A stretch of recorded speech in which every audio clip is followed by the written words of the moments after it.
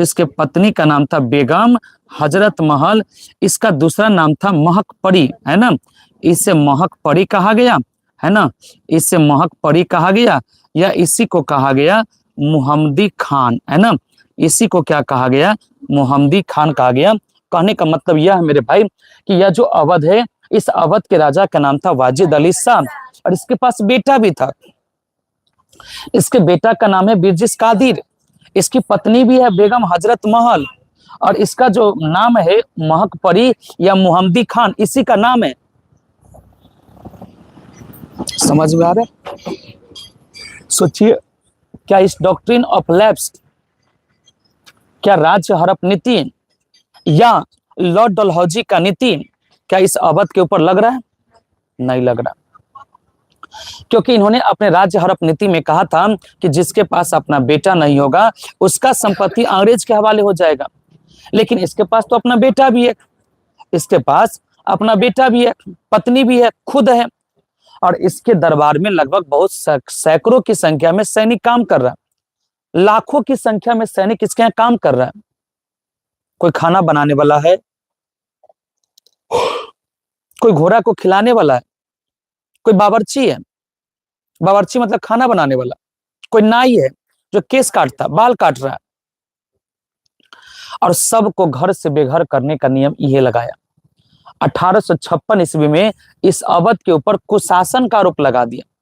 कुशासन का मतलब होता है कि साफ साफ कह दिया कि भैया तोहरा से अवध का शासन प्रशासन अच्छा से नहीं चल रहा। हाँ, जबकि वाजिद अली शाह बेचारे अच्छा से शासन प्रशासन चला रहे थे, फिर भी कह रहे लॉर्ड डलहौजी जबरदस्ती कि नहीं, जो अवध के राजा है वाजिद अली शाह, इस वाजिद अली शाह से शासन प्रशासन अच्छा से नहीं चल रहा, और इसके ऊपर डॉक्ट्रिन ऑफ लैप्स नहीं लगा, इसके ऊपर राज्य हड़प नीति नहीं लगा, इसके ऊपर चुक नीति नहीं लगा, तो इसके ऊपर कुशासन का आरोप लगा दिया। कुशासन का मतलब थोड़ा से अच्छा से शासन प्रशासन नहीं चल रहा, और इसके ऊपर कुशासन का आरोप लगाने के बाद इस अवध को अपने में मिला लिया, और इस अवध के राजा जो वाजिद अली शाह था, इस वाजिद अली शाह को कलकत्ता भेज दिया। कहा उत्तर प्रदेश के अवध और कहा बंगाल के कलकत्ता भेज दिया के बारे। जब इसको कलकत्ता भेज दिया तो यह बेचारे बहुत आत्मा से सुखी। लॉर्ड डलहौजी कह रहा है कि यह एक ही वो ऐसा गिलास है जिसका चीरी का फल हमारा मुंह में गिरना चाहिए था। मतलब लॉर्ड डलहौजी कह रहा अवध के बारे में कि अवध के बगल में बिहार है, हमारा कब्जा में है, अवध के बगल में पंजाब है, हमारा कब्जा में। मतलब यूपी के अगल बगल में सबे है, पंजाब है, हरियाणा है, बिहार है, बंगाल है, सब हमरे कब्जा में है, सब अंग्रेज के कब्जा में है, और यह एगो अवध स्वतंत्र रहेगा, ऐसा होने नहीं देंगे। यह अवध भी हमरे कब्जा में होना चाहिए। और कहता ही लॉर्ड डलहौजी कि एक गिलास चीरी का फल हमरे मुंह में आके गिरेगा, मतलब एगो जो खाली अवध है, यह अवध भी हमरे हाथ में आएगा।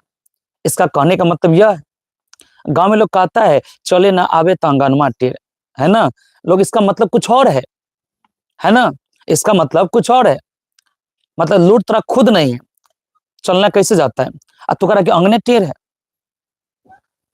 कहता है कि पांव भारी हो जाना, मतलब है हाँ, पेट में नहीं, गर्भाशय में, गर्भ में होना। तो सब तो 7 दिन पढ़ला के बाद पेट में बुआ कर देता है। तो कोई कहता तो कोई कहेगा पेट पांव भारी हो गया है, इसका मतलब प्रेगनेंसी में है, गर्भाशय मतलब गर्भवती महिला है। फिर कहेगा फूले ना समाना, एक मतलब हाँ बहुत खुश होना, खुशी से झूम उठना, उसको कहते फूले ना समाना, मतलब आज इतना खुश है ना, फूले ना समा रहा होगा। तो कहने का मतलब ये भी वैसा ही इनडायरेक्ट रूप से कह रहा था कि एक गिलास चीरी का फल एक दिन हमारे मुंह में आकर गिरेगा, ये लॉर्ड डलहौजी कह रहा है। और बेचारे अवध के जो जनता है, अवध का जो राजा है, यह अवध का राजा है ना, यह जो अवध का राजा है, यह अवध के राजा काफी दुखित है। कैमरा कोई दिक्कत नहीं, चालू हो जाएगा, वहीं से फिर हो जाएगा, कोई बात नहीं।